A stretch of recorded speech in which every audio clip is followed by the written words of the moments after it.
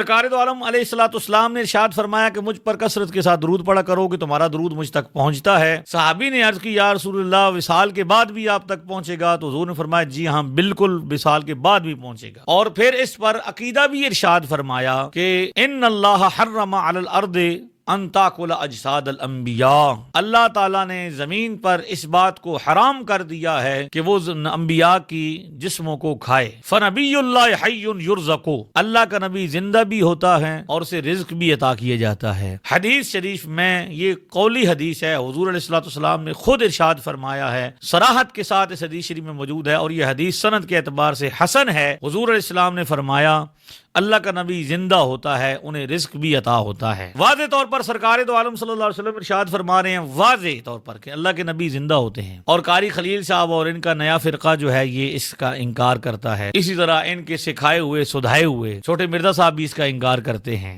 بسم اللہ الرحمن الرحیم، بسم اللہ وحدہ والصلاۃ والسلام علی رسول اللہ، اما بعد۔ یہ محترم مفتی حسن صاحب ہیں جو قاری خلیل الرحمن جاوید صاحب کا رد کر رہے تھے، جس میں یہ کہہ رہے تھے کہ قاری خلیل الرحمن صاحب غلط بیانی کر رہے ہیں، اور جو ہے نا نبی علیہ الصلوۃ والسلام جو ہیں وہ اپنی قبر کے اندر حیات ہیں۔ اس کے اوپر انہوں نے جو دلیل پیش کی ہے ابن ماجہ کی حدیث ہے، جس میں الفاظ ہیں فنبی اللہ حی، کہ اللہ کے نبی زندہ ہے، یرزق، ان کو رزق دیا جاتا ہے۔ اچھا، اس حدیث کو انہوں نے حسن کہا ہے، جبکہ حقیقت یہ ہے کہ یہ جو حدیث انہوں نے پیش کی ہے یہ سند کے اعتبار سے ضعیف ہے، حسن نہیں ہے بلکہ سند کے اعتبار سے ضعیف ہے، ٹھیک ہے۔ علامہ البانی رحمہ اللہ نے دیگر بہت سارے محدثین نے اس حدیث کو ضعیف کہا ہوا ہے، ٹھیک ہے۔ اب بات یہ ہے کہ اس کے ضعف کی وجہ کیا ہے؟ اس کے ضعف کی وجہ یہی ہے کہ تفردہ ابن ماجہ جو ہے نا ان کا تفرد ہے، امام ابن ماجہ رحمہ اللہ کا تفرد ہے۔ یہی روایت جو ہے حدیث کی دوسری کتابوں کے اندر بالکل موجود ہے، لیکن وہاں پہ الفاظ جو ہیں وہ فنبی اللہ حی یرزق کے نہیں ہے، ٹھیک ہے۔ باقی حدیث سیم اسی طرح ہے، لیکن فنبی اللہ حی یرزق یہ والے الفاظ جو ہیں یہ امام ابن ماجہ رحمہ اللہ کا تفرد ہے، اس وجہ سے اس کو ضعیف قرار دیا گیا ہے۔ دوسری بات یہ ہے کہ اگر الفرض والمحال یہ مان لیا جائے کہ حدیث صحیح ہے، چلے مفتی صاحب کی جو بات ہے وہ مان لیتے ہیں ایک منٹ کے لیے کہ یہ حدیث صحیح ہے، تو اس سے کیا مسئلہ ثابت ہو جائے گا کہ کیا نبی صلی اللہ علیہ وآلہ وسلم اپنی قبر مبارک میں زندہ ہیں؟ پھر سوال اٹھے گا کہ نبی صلی اللہ علیہ وسلم کی زندگی جو ہے وہ اخروی ہے یا دنیاوی زندگی ہے؟ ظاہر ہے کہ دنیاوی زندگی اور اخروی زندگی میں فرق ہوتا ہے، ایسا نہیں ہے کہ دنیاوی اور اخروی زندگی جو ہے نا وہ ایک ہی ہو، ٹھیک ہے۔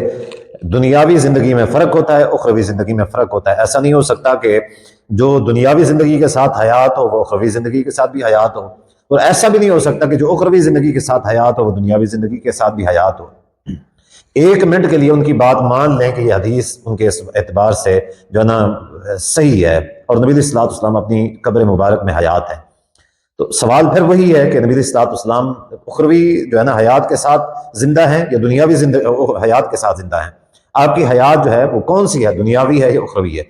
تو ظاہر ہے کہ یرزق، رزق بھی دیا جاتا ہے۔ رزق کیسے دیا جاتا ہے؟ کہاں سے رزق کھا رہے ہیں؟ کہاں سے زمین کے اندر، مطلب کہاں سے رزق مل رہا ہے؟ ظاہر ہے رزق اللہ تعالیٰ دیتا ہے، دنیاوی حیات کے ساتھ بھی اخروی حیات کے ساتھ بھی، لیکن دنیاوی حیات کے اندر اللہ تبارک و تعالیٰ جو رزق دیتا ہے اس کے ذرائع ہوتے ہیں، اخروی جو حیات ہے اس کے کوئی ذرائع نہیں ہوتے۔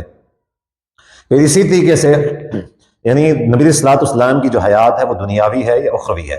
اب ظاہر ہے کہ جو لوگ اس دنیا میں ہیں ان کو ان کی دنیاوی زندگی ہے وہ اخروی زندگی سے لا علم ہے، ٹھیک ہے۔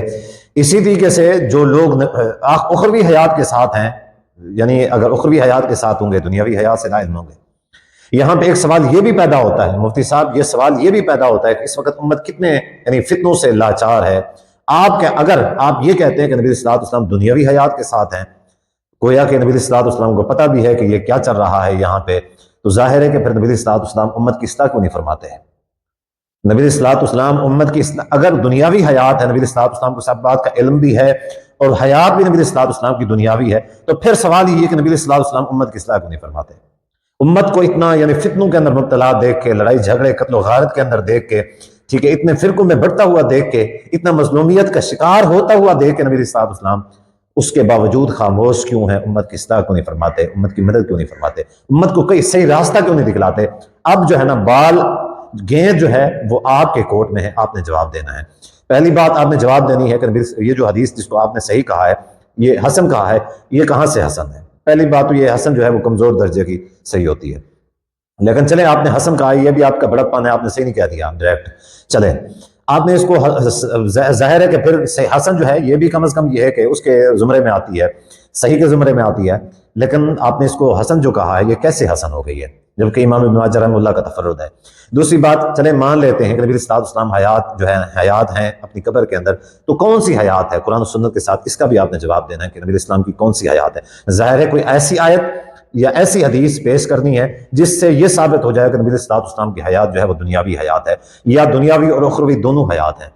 اس کے بعد پھر آپ سے یہ تیسرا سوال یہی ہے کہ نبی صلی اللہ علیہ وسلم اگر دنیاوی حیات کے ساتھ ہیں، دنیاوی حیات کے ساتھ ہیں، تو نبی صلی اللہ علیہ وسلم امت کی رہنمائی کیوں نہیں فرماتے؟